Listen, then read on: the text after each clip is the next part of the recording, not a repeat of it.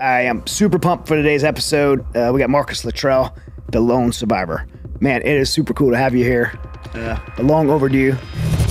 So I want to hear about your time as a SEAL. I want to talk to you about Afghanistan, Operation Web Ring. I want to talk about Ramadi, because a lot of people don't know about your time in Ramadi. Talk about the Afghanistan withdrawal. I want to talk about resilience, because you have so much to share on the topic of resiliency. I want to bring up the Hallow app. But I want to start off with your childhood. I think I was in 4th grade. He got shot. First person I ever saw get shot was my father. He got shot right in front of us.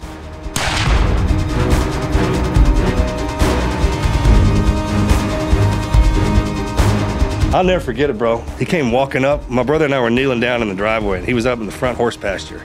And he came walking up after we saw the gunfire, and he been shot in the gut, kind of limping. And he's like, "Get your mom, get the car, we gotta go to the hospital." He was walking. It was tough. Yeah. I mean, he walked about 200 yards with that gut shot. I remember looking at him, thinking how tough he was. Around 14 is when we wanted to be Navy SEALs. And my brother came up with that idea. He's like, "It's gonna be great, man, we're gonna be Navy SEALs." There was a movie out called Navy SEALs with Charlie Sheen.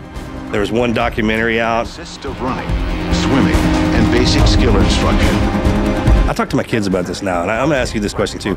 Remember when you first saw or you got a glimpse of what it is you want to do, that fire that welled up? Yeah. And it didn't matter how many times you watched one guy say something, or how many times you read that same article, or that same caption, or looked at that same picture, it always looked brand new. Yeah.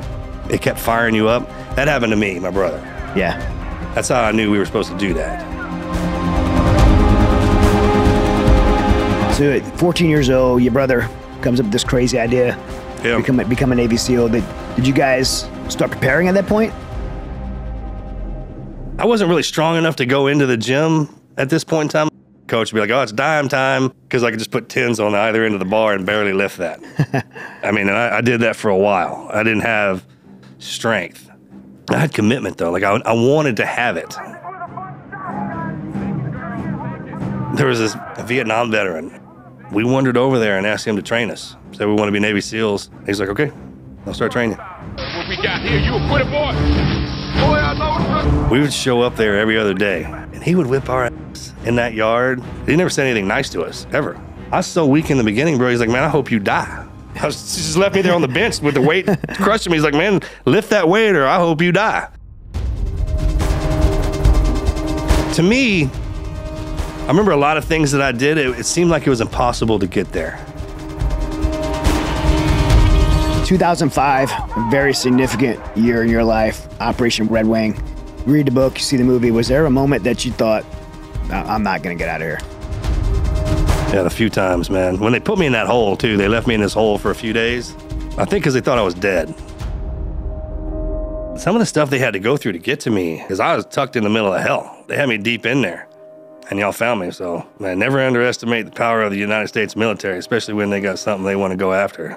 U.S. military search and rescue forces are making... You and I both men of faith, and the Bible says that all things work together for the good. But in hardship like that, it's really hard to find that in some things. And you've been through so much, and I know it's a tough question, but do you look back now, and is there anything good that you see have come out of that? Oh, I understand what you're asking.